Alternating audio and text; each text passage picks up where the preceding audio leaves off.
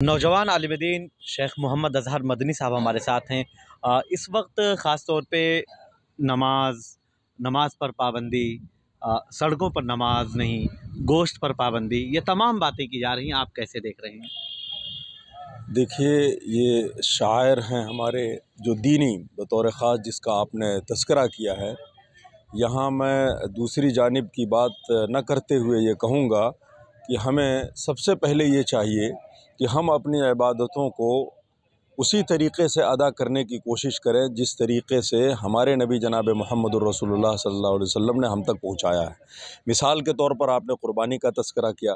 क़ुरबानी के जानवर के साथ भी हमें उसी चीज़ का ख़्याल रखना चाहिए। जब आप हदीस मुबारका का मुताला करेंगे तो आपको ऐसी बारीकियाँ मिलेंगी उसमें, जिसको पढ़ने के बाद इस किस्म के सवालात का कोई मखरज नज़र नहीं आता। मिसाल के तौर पर अल्लाह के रसूल सल्लल्लाहु अलैहि वसल्लम ने कैसे जानवर का इंतखाब करना चाहिए, कैसे ज़बह करना चाहिए, उसके साथ कैसी रियायतें होनी चाहिए। उसी तरीक़े से आपने नमाज का तज़किरा किया, उसके साथ भी यही मामला है। नमाज जितनी ज़्यादा अहमियत का हामिल है, उतने ही ज़्यादा हमें वो अदब से लेके सारी चीज़ों को सिखाती है।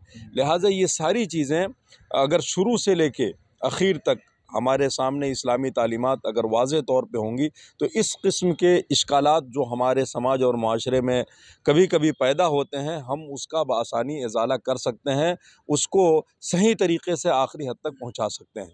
जी हाँ, ये जो अपील की जा रही है या सियासी लोग जो हैं कह रहे हैं कि नमाज के लिए सड़कों पर पाबंदी लगा देनी चाहिए, सिर्फ मस्जिद में नमाज अदा करें। अब यहाँ तक की बात आ गई कि छतों पर भी नमाज नहीं अदा कर सकते, हालांकि बाद में उस बयान को वापस ले लिया गया।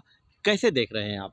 हमारे मिल्ली कायदीन इस ताल्लुक़ से बतौर ख़ास जो सियासी मसाइल हैं या मुल्क की मौजूदा सूरत हाल है, मैं ये समझता हूँ कि वो लोग इस किस्म के मौज़ूआत पर ज़्यादा बेहतर रोशनी डालेंगे, चूँकि उनके सामने सूरत हाल चार जानिब से पहुँच रहे हैं और उसका सही दरासा और सही पोजीशन और सही हालात उनके सामने मौजूद है।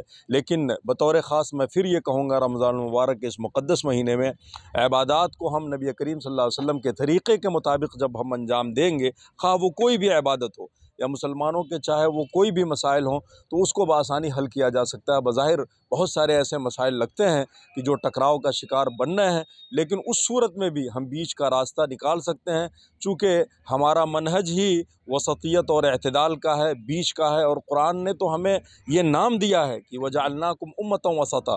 तो अगर कोई ऐसी सूरत पैदा हो जाती है, चाहे वो हमारे तरफ से हो, चाहे दूसरों के तरफ से हो या किसी के तरफ से भी हो, तो हम अगर चाहें तो बीच का रास्ता इन तमाम मामलात में निकाल सकते हैं, चाहे वो रोड पर नमाज़ पढ़ने का मसला हो या छतों पे पाबंदी का मसला हो या दीगर मसाइल हों। अभी वक्फ़ का मसला चल रहा है। वक्फ़ तरमीमी बिल जो है उसको लेकर सरकार और मुसलमानों के बीच या मिल्ली तंजीमों के दरमियान टकराव देखने को मिल रहा है। आप क्या कहेंगे इस पर?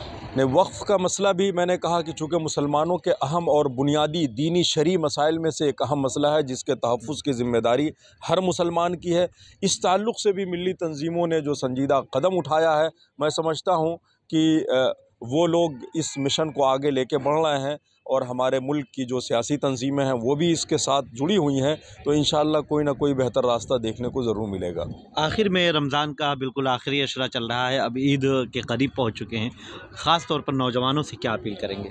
सबसे पहले रमज़ान मुबारक के इस इख्तिताम पर और ईद की आमद पर मैं तमाम देशवासियों को दिल की गहराई और क़ल्ब की गहराई से मुबारकबाद पेश करना चाहता हूँ और साथ ही साथ बतौर ख़ास नौजवानों से ये अपील करना चाहता हूँ कि रमज़ान का ये मुबारक एक महीना जो मुकम्मल 29-30 दिन पर मुश्तमिल था, हम लोगों ने इस महीने से जो सबक सीखा है इसको पूरे साल बाकी रखा जाए। बतौर ख़ास इस महीने के अंदर हम लोगों ने जो हमदर्दी, एक दूसरे से मोहब्बत, प्यार, कौमी यकजहती, मजहबी रवादारी, एक दूसरे के हुकूक़ को समझने, ये बहुत सारी ऐसी चीज़ें हैं जो रमज़ान मुबारक के इस महीने में देखने को मिलती हैं। और ये तरबियती मुकम्मल एक महीने पे मुश्तमिल ये महीना जो आता है वो हकीकत में इन सारी चीज़ों को सिखाने के लिए आता है।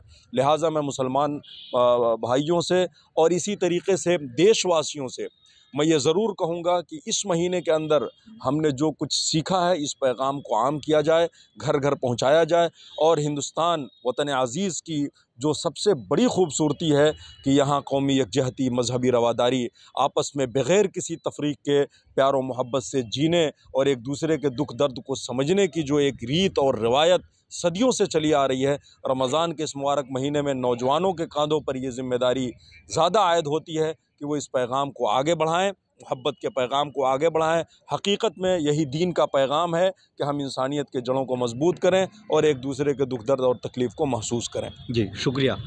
तो ये थे मौलाना अज़हर मदनी साहब, जिन्होंने नौजवानों से ख़ास तौर पर अपील की है कि इंसानियत और भाईचारा के पैगाम को आगे बढ़ाएं और आपसी मेल जोल को बनाकर रखें। मैं निसार अहमद ख़ान, भारत एक्सप्रेस, दिल्ली। हमारी वीडियो आपको पसंद आए तो लाइक कीजिए, शेयर कीजिए और सब्सक्राइब कीजिए। साथ ही कमेंट बॉक्स में अपनी राय भी ज़रूर दें। और हाँ, अगर फेसबुक पर आप वीडियो देख रहे हैं तो हमारे पेज को फॉलो करना ना भूलें।